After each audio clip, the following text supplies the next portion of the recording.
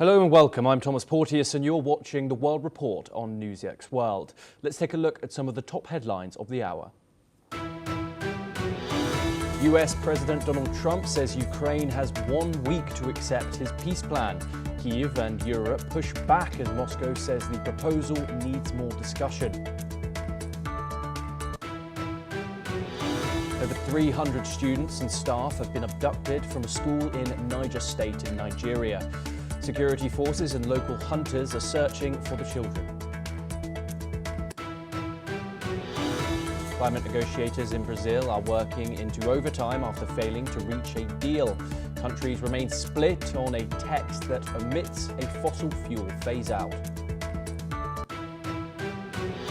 China accuses Japan of threatening armed intervention over Taiwan in a letter to the United Nations. The exchange marks a sharp escalation in a 2-week dispute. South Africa's president opens the G20 by urging stronger global unity. The summit begins without President Trump, who is boycotting the event. The United States and China have held 3 days of maritime security talks in Hawaii. Both sides called for the meetings frank and constructive as military contacts reopen. Vietnam says 55 people are dead and 13 are missing after a week of heavy flooding. Rescue teams are still searching isolated and waterlogged areas. Marjorie Taylor Greene says she is resigning after a bitter clash with President Donald Trump. He recently labelled her a traitor, calling her exit good news.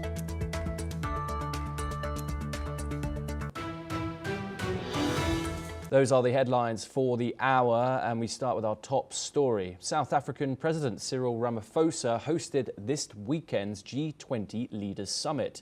He has announced an overwhelming consensus among participating delegations to adopt a final declaration.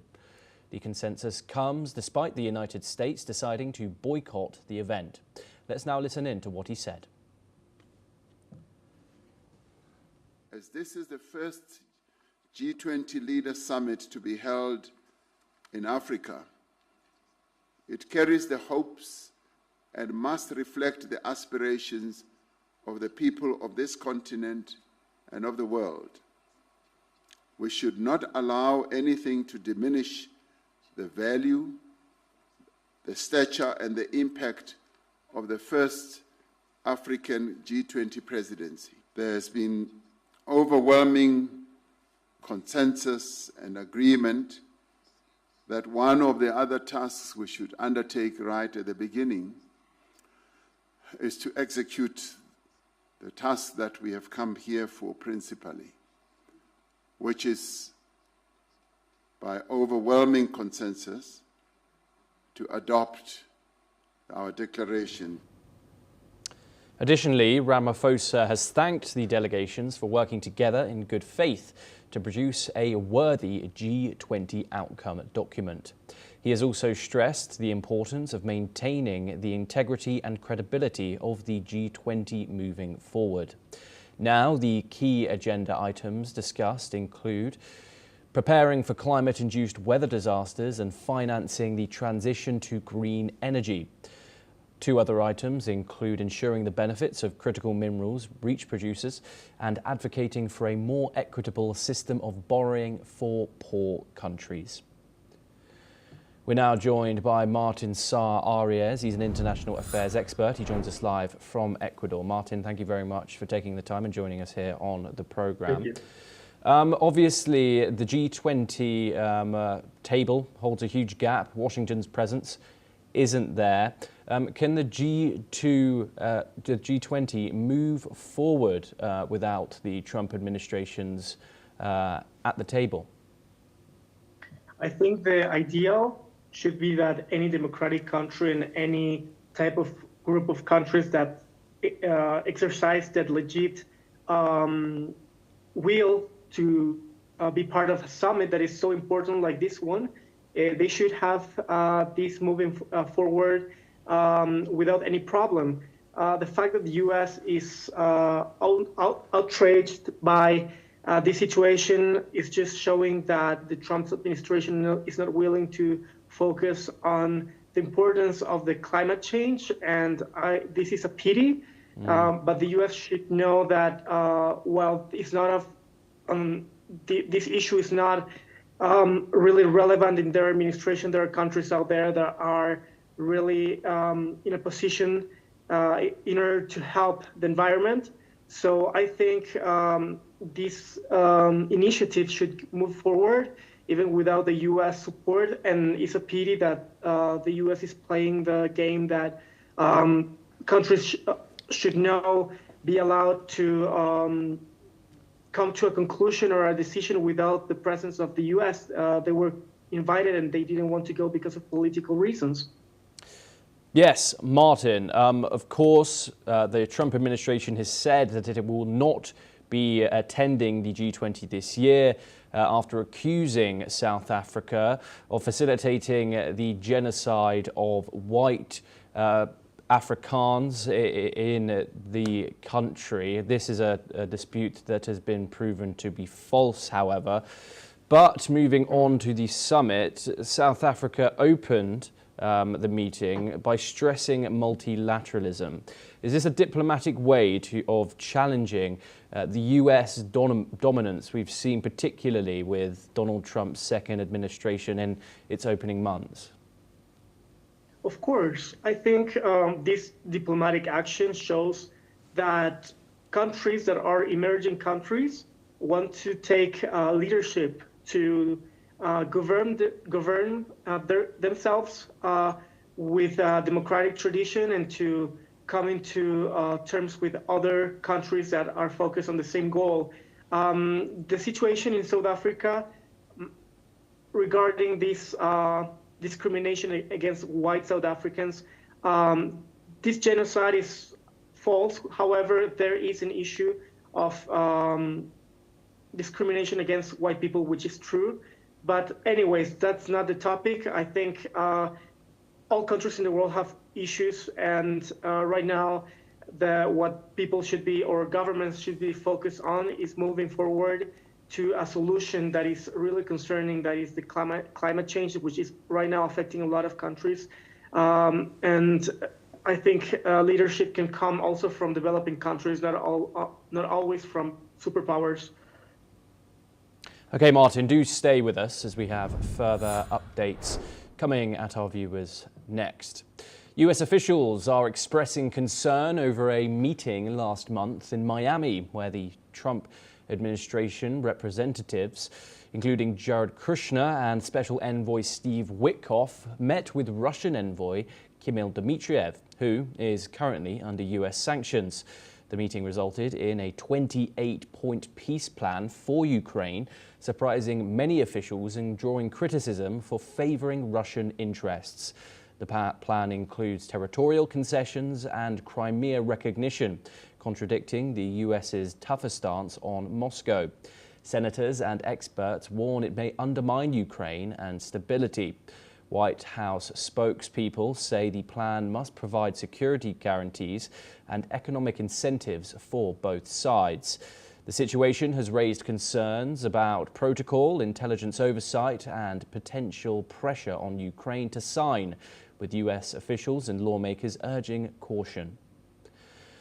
Martin, of course, this 28-point plan has now come out, many of which critics say that this plan echoes a lot of Moscow's talking points. This meeting in Miami last month raises suspicions over whether the Russians and the US put together this plan without Ukraine having a seat at the table, which of course has been the fear of the Europeans and Kyiv. What do you see for the future of this plan? Of course, Donald Trump has given Ukraine a week to sign it, with anger and concern as well from European parties who also have very much raised concern over security guarantees. What is important to say as well is that Zelensky has been handed a separate document given in, along with territorial concessions, some security guarantees Do you think that that document will be enough for Ukraine to give up some of its territorial integrity in order for these security guarantees and, of course, a halt to the fighting? I think we need to differentiate between the intervention of Ukraine in this decision and the content of the agreement. I think the content is pretty fair. I think the content aims to give each party a part of what they're entitled or what they're looking for. The problem here is how they reached to this agreement without any full representation of Ukraine. I think it's very unlikely that Ukraine will accept this plan. It I think it should be really important for Ukraine to take in consideration that they're going to lose more without accepting it, because if they keep on going with the war, the U.S. will ask Ukraine to pay them with natural resources, which at the end of the day is going to be as detrimental as putting a stop to this war. I think the issue here is not the content of the agreement, which in my opinion is fair and I don't think it's one-sided, but I think the problem here is how the Ukrainian president feels about Ukrainian intervention in this agreement and the importance of being part in equal ways to the agreement. So I don't think it's very likely this will pass. It's a pity because it's a great resolution in my opinion. Yes, Martin, do once again stay with us as we have breaking news coming out of the conflict. And the United States and Ukraine are planning to launch talks in Switzerland to discuss ways to end the ongoing Russia and Ukraine war. This follows a plan sent by Washington to Kyiv, which includes accepting some of Moscow's demands. Rustem Umerov, the Secretary of Ukraine's Security Council, has announced the launch of these consultations between Ukrainian and American senior officials. The discussions aim to set the parameters for a potential future peace agreement. Moreover, Ukrainian President Volodymyr Zelensky has approved the Ukrainian delegation for these talks, which will be led by his top aide, Andriy Yermak. The talks are expected to play a crucial role in resolving the conflict. Martin joins us once again. Martin, do you think that the Europeans and the rest of Ukraine will be looking positively at these talks, especially as previously there have been concerns over, as the saying goes, no talks on Ukraine without Ukraine? But is there limitations there with Moscow also not being at the table? I think this meeting in Switzerland shows that there will be like an equal treatment where US is going to be talking side by side with Ukraine. So the balance of power and the balance of the participation of these two countries will be leveled. I think at the beginning, Europe and Ukraine will be very suspicious towards this agreement, but in the case that the content is fair and proposes a full protection and a full regarding the security of the European Union and Ukraine, it can be very successful regarding of the outcome and the results of the talkings. However, as I said, I think at the beginning we'll be very suspicious.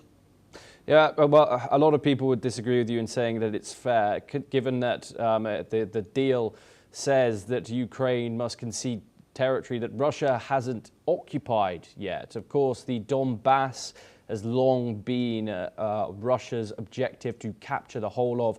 Of course, over the past few weeks, Moscow making huge advances in the region. Can one say this deal is fair when Ukraine has always preached its sovereignty when it comes to territory, along with Europe and, of course, with the United States around a month ago? And now Donald Trump is saying that Ukraine must indeed concede land. Would you say that Ukraine would see this as fair as well? Of course, Ukraine will never say this is fair.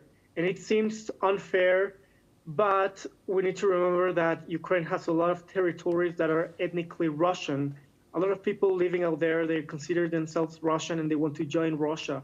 I'm not taking part of any issue here, any country. I'm like neutral, but I think that if you need to give land in return to peace and to stability and to stop losing your resources, human lives, and at the end of the day, it's more likely that the war will end up with Russia acquiring more territory.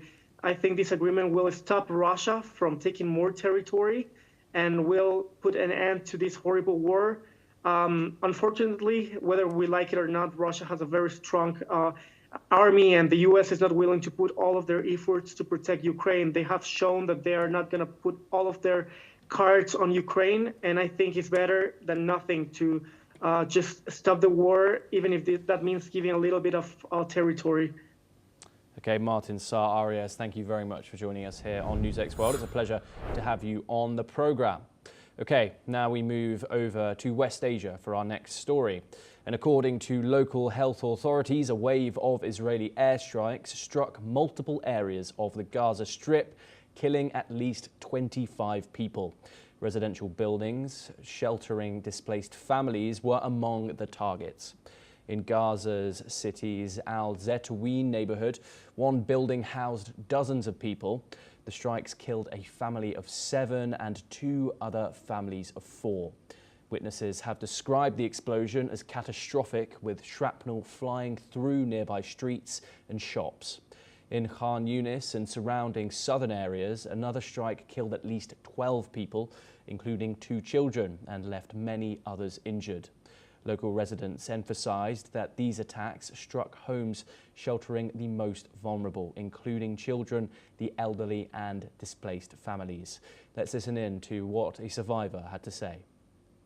كثير كان في شهداء نسوان أولاد صغار أطفال ما يعني الصوت رهيب جدا كان عالي كثير وغير إنه الشظايا اللي كانت تترمى علينا طبعا وعلى المحلات يعني دمرت لنا كل المنطقة يعني ما فيش حياة صار. We now move over to East Asia for our next story. Nihon Haikandyo, Japan's leading atomic bomb survivors group, have held a rally in Tokyo to protest Japanese Prime Minister Sanae Takaichi's attempt to revise the country's long-held 3 non-nuclear principles. The group has submitted a joint petition to the government with lawmakers and representatives from multiple political parties. Organisers have said that more than 3.449 million signatures have been collected so far. Nihon Haikandyo stressed that steps to abolish nuclear weapons must not be delayed, and that they urged the government to uphold the 3 non-nuclear principles and put them into law. The 3 non-nuclear principles were first declared in the Diet, Japan's parliament, by then Japanese Prime Minister Eisaku Sato in 1967 and viewed as a national credo. Let's listen in to what some protesters had to say on Japan's nuclear policy shift. それをましてやそれを外国に売って死の商人になるとかそういうのは本当戦争を助長することなのでだと思います。やはり平和国家であることは、武器の輸出や、武器産業によって戦争ビジネスで生きていく国ではないんですね。ですからそういった間違った道に、高市政権が進むということはしっかり阻止をしていかなければいけないと思っています。Dr. Satoru Nagao joins us now. He's a fellow at the Hudson Institute and he joins us live from the Japanese capital. Thank you very much for joining us, Dr. Nagao, as always. Could you tell us a little bit more about these 3 non-nuclear principles which have been in Japanese Parliament since 1967 and the importance of them in order for Japanese security to be upheld?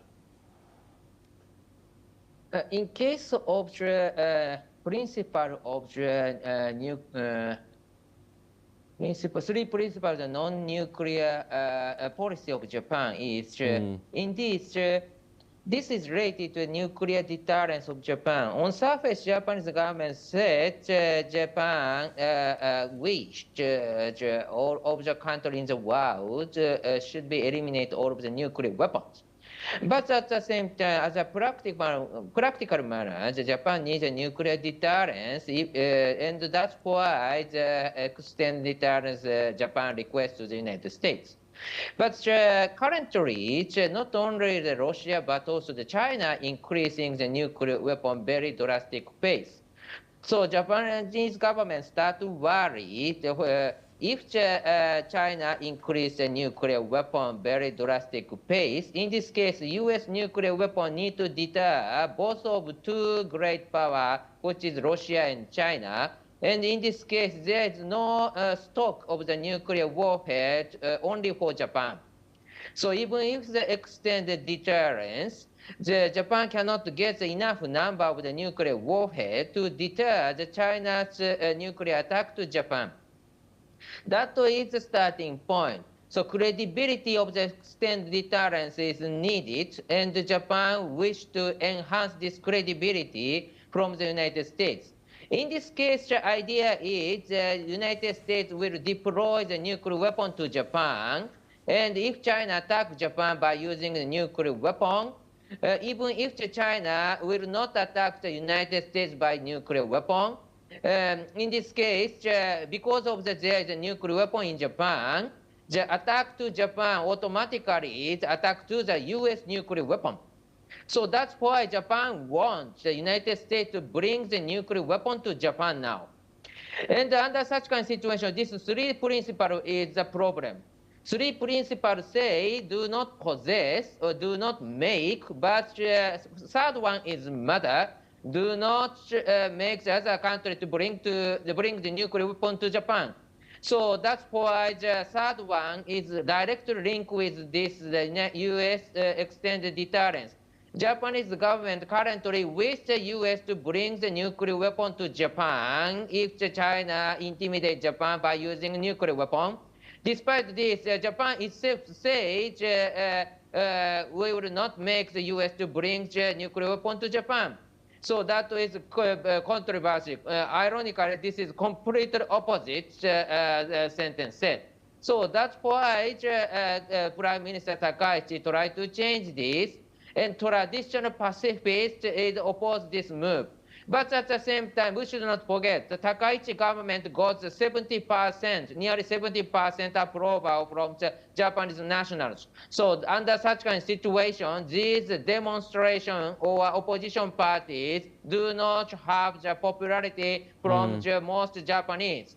Most Japanese support PM Takaichi's policy, not these people who demonstrate to oppose these three non-nuclear principle removal. So that's why we should not mistake this. Thank you. Yes, and Dr. Nagao, just very, very quickly, how would the wider Asia-Pacific region react if Japan does soften or revise its nuclear restrictions? If Japan tries to possess our own nuclear weapons, of course, other countries want to possess their own nuclear weapons. In this case, international community worries such kind of situation. For example, after Japan, South Korea want to possess, or Taiwan will possess, and the Philippines worry about this, could happen. But this removal of the principle of the three non-nuclear proliferation, something like that, is not a direct link with Japan's possession to the nuclear weapon. Japan asks the U.S. to bring the nuclear weapon to Japan. Is not meaning Japan will possess the nuclear weapon themselves. That's why this is not provocative. The U.S. has the nuclear weapon, and that situation is the same. Just changing the location is matter. Dr. Satoru Nagao, thank you very much for joining us here on NewsX World. It's always a pleasure to talk to you. We now move over to South America, and Brazil's former far-right president, Jair Bolsonaro, has been arrested at his villa in the capital of Brasilia. In a brief statement, federal police confirmed officers had executed a preventive arrest warrant at the request of the Supreme Court. Media reports suggest that the politician had been taken into a federal police base 7 miles from the presidential palace Bolsonaro occupied from 2019 until 2022, when he lost the election and tried to launch a military coup. In September, Bolsonaro was sentenced to 27 years and 3 months in prison for masterminding a coup to stop the 2022 election winner, Luiz Inácio Lula da Silva, taking office. However, the court has yet to order Bolsonaro's imprisonment for those crimes, while a series of legal procedures and appeals play out. Well, that's all that we have time for this hour. Keep watching NewsX World for more international updates.